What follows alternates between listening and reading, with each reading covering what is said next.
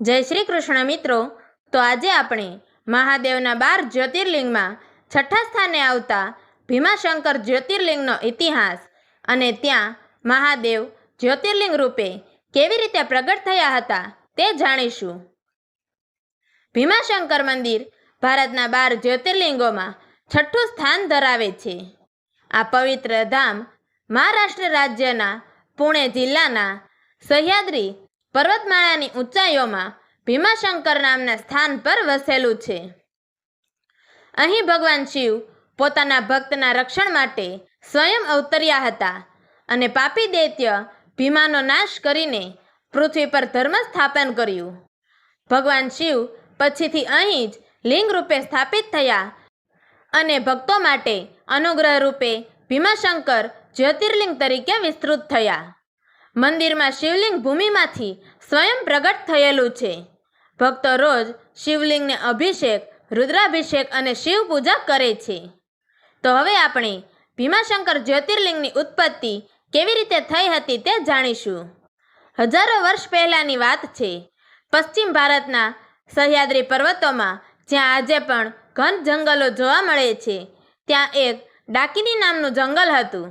એ જંગલ એટલું ભયાનક અને ભયાવહ હતું કે દિવસના પ્રકાશમાં પણ એમાં પ્રવેશ કરવાની કોઈની હિંમત ન થતી। એ જંગલમાં ભીમા નામનો એક અસુર પોતાની માતા કરકટી સાથે રહેતો હતો। ભીમા એક ભયંકર, શક્તિશાળી અને અત્યાચારયુક્ત દૈત્ય હતો।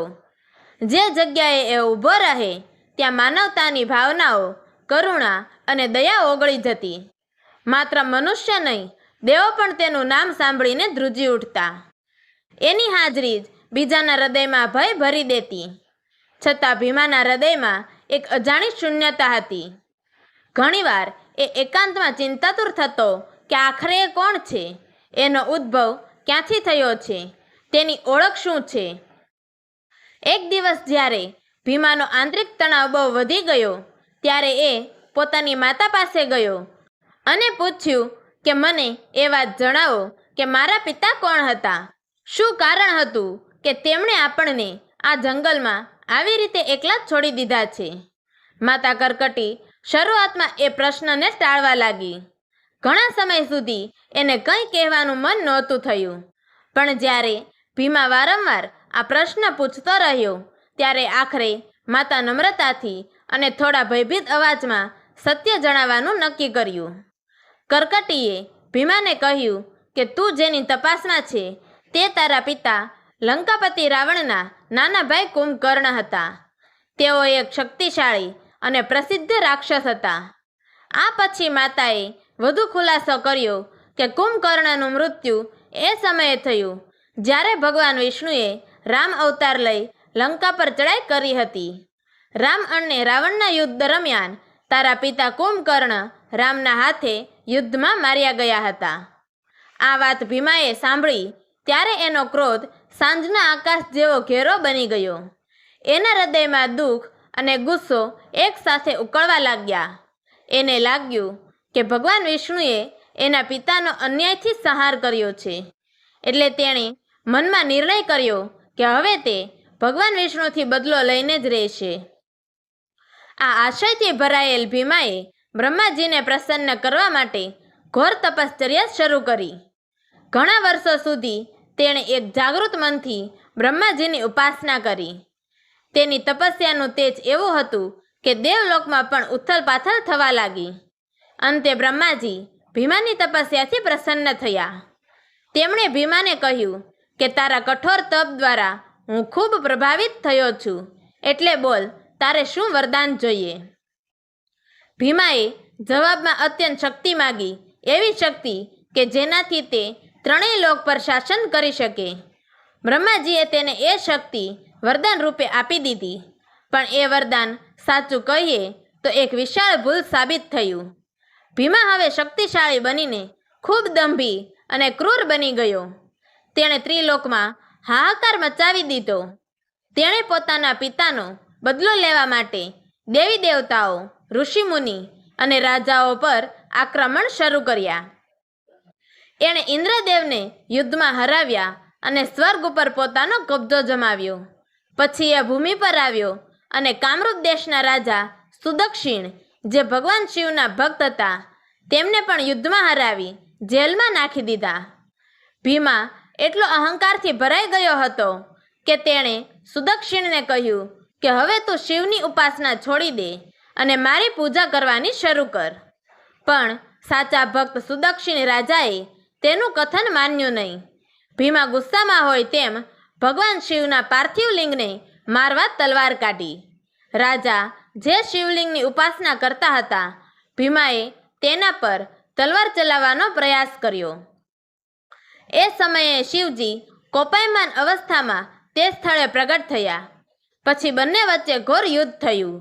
આ યુદ્ધ દેહથી નહીં પણ દિવ્ય શક્તિઓથી ભરેલું હતું.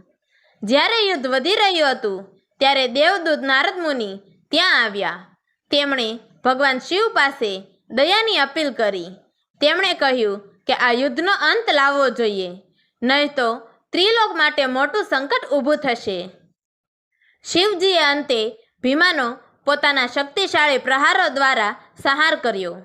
ત્યારબાદ ત્યાં ઉપસ્થિત દેવોએ ભગવાન શિવને નમ્રતાથી વિનંતી કરી કે તેઓ એ સ્થાનને પોતાનું નિવાસ સ્થાન બનાવે.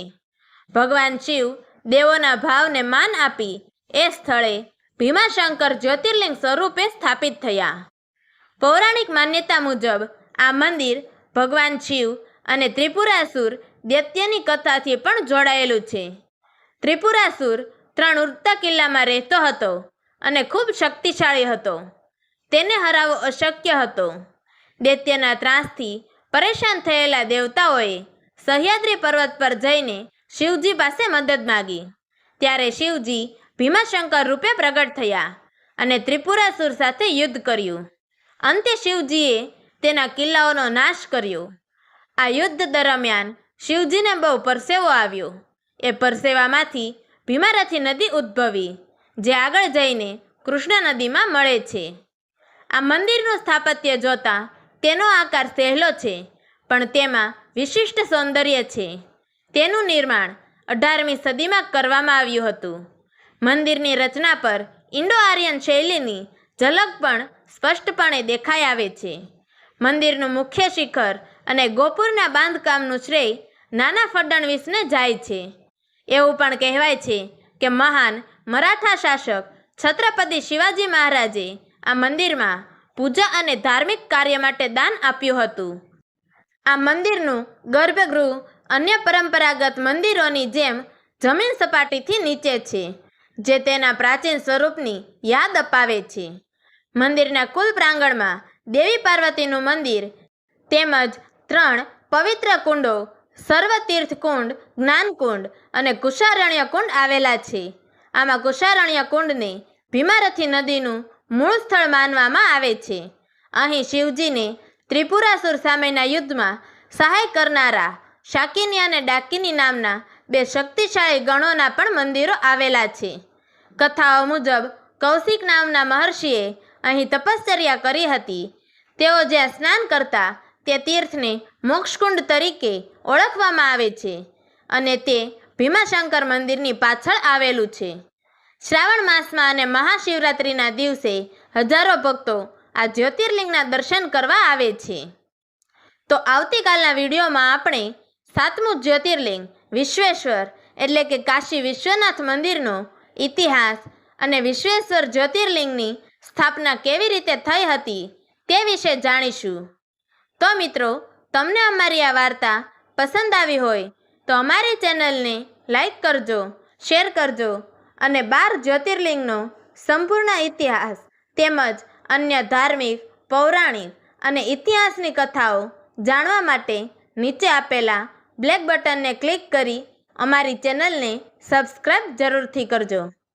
તો મિત્રો, અમારી આ વાર્તાને છેલ્લે સુધી સાંભળવા માટે તમારો ખૂબ ખૂબ ધન્યવાદ.